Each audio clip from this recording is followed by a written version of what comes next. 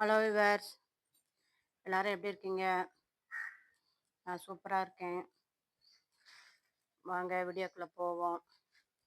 போகிறதுக்கு முன்னாடி ஜோதி ஃபார்மிங்கை சப்ஸ்கிரைப் பண்ணிக்கோங்க. அதில் ஆளுங்கிற பெல்லைக்கான கிளிக் பண்ணிக்கோங்க. அப்படின்னா தான் நான் போடுற வீடியோ உங்களுக்கு உடனுக்குடன் நோட்டிஃபிகேஷனாக கிடைக்கும். வாங்க வீடியோக்குள்ளே போவோம். நான் இப்போ என்ன செய்ய போகிறோம்னா, ஒரு திரவ உரம் தான் கொடுக்க போகிறோம். அது என்னன்னு பார்ப்போம். அதுக்கு முன்னாடி செடியோட அப்டேட்ஸ் பார்ப்போம். இந்த வெத்தலை கொடியை பாருங்க விவர்ஸ். இப்போ எனக்கு பால் ஊற்றுனதுக்கு அப்புறமா நல்லா வருது. வெத்தலை கொடிக்கு அந்த பசும்பால் கெட்டு போனது ஊற்றுனோம்ல, அது நல்ல ஒரு உரமா இருக்குது. அதேமாரி மல்லிகைப்பூவுக்கும் அது சிறப்பாக இருக்குது. மல்லிகைப்பூ நிறைய இப்போ தளிர் அடிச்சிருக்காங்க. காராமணியும் பாருங்க விவர்ஸ். இது வரைக்கும் தான் கம்பு வச்சிருக்கேன். அதுக்கப்புறம் அங்கிட்டு போகிறதுக்கு கொடி வீசிக்கிட்டு போகிறாங்க. அது எங்கள் டைம் தூக்கி மரத்துக்கிட்ட கொண்டு போய் வைக்க வேண்டியதான். அது நிறைய இடம் கேட்குது. இதுவுமே இல்லை, முள்ளங்கியுமே நல்லா சிறப்பாக வந்துக்கிட்டு இருக்குது. நேற்று மல்லிகைப்பூ இருந்திருக்கு விவர்ஸ் மொட்டு. பார்க்கவே இல்லைங்க பாருங்க. இதில் அடுத்து இந்த 2 மல்லிகைப்பூமே இன்னைக்கு பூத்துறது தான். அதனால் இதை நம்ம இப்போ கட் பண்ணி எடுத்துக்கிடுவோம்.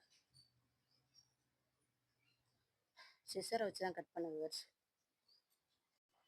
அது மாதிரி இன்னைக்கு கொஞ்சம் அந்த அரைக்கீரை, தண்டுக்கீரை, கொஞ்சம் பொன்னாங்கண்ணி கீரை, அதுபோக மெக்சிகன் ஸ்பினிச் வருங்க, அதுவும் நல்ல மாயன் கீரை, அதுவும் சூப்பராக இருக்குது. அதில் ஒரு 10-20 எல்லாம் எடுத்துக்கிடணும்.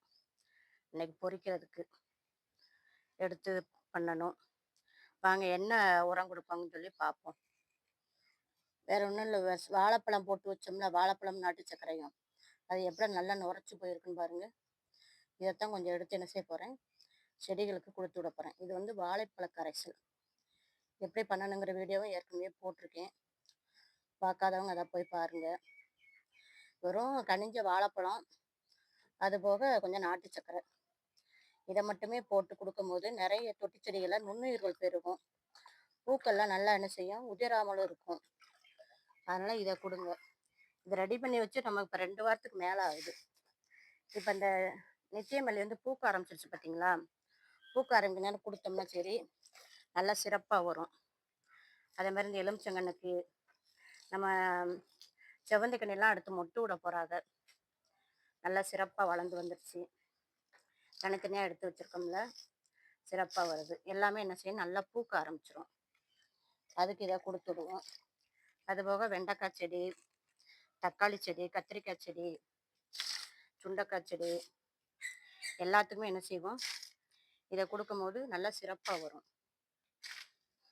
இது எளிமையாக கிடைக்கக்கூடியது. இந்த உரத்தை நீங்கள் தயார் பண்ணி செடிகளுக்கு பயன்படுத்துங்க.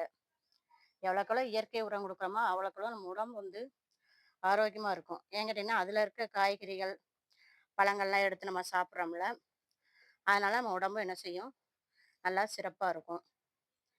வீடியோ பிடிச்சா லைக் பண்ணுங்கள், சப்ஸ்கிரைப் பண்ணுங்கள் ஜோதி ஃபார்மிங்கை, கமெண்ட் பண்ணுங்கள். நம்ம வளர்ப்புகளுக்கும் ஒரு சேனல் ஆரம்பிச்சிருக்கோம், அதையும் சப்ஸ்கிரைப் பண்ணுங்கள், கமெண்ட் பண்ணுங்கள். எல்லா செடியுமே எவ்வளோ சிறப்பாக இருக்குன்னு பாருங்கள். காலையில் ஏர்லி மார்னிங் ஒரு தடவை தண்ணி கொடுத்துறது. அதுக்கப்புறம் இந்த ஃபெர்டிலைசர் மட்டும் கொஞ்சம் கொஞ்சம் என்ன செய்கிறது, அதைத்தான் எல்லாத்துக்குமே அரை கப்பு கொடுத்து விட்ருவேன். கொடுத்து விடும்போது செடி நல்லா சிறப்பாக வந்துடும். சுடக்கட்டக்காலையும் ஏகப்பட்ட காய் விட்டுருக்கு பாருங்கள். வீட்டும் பாருங்கள் எல்லா செடியும் எவ்வளோ சிறப்பாக இருக்குன்னு. இந்த பசுந்தாள் உரம் கொடுத்த மாதிரி செம்மையாக இருக்குது. தேங்க்யூ.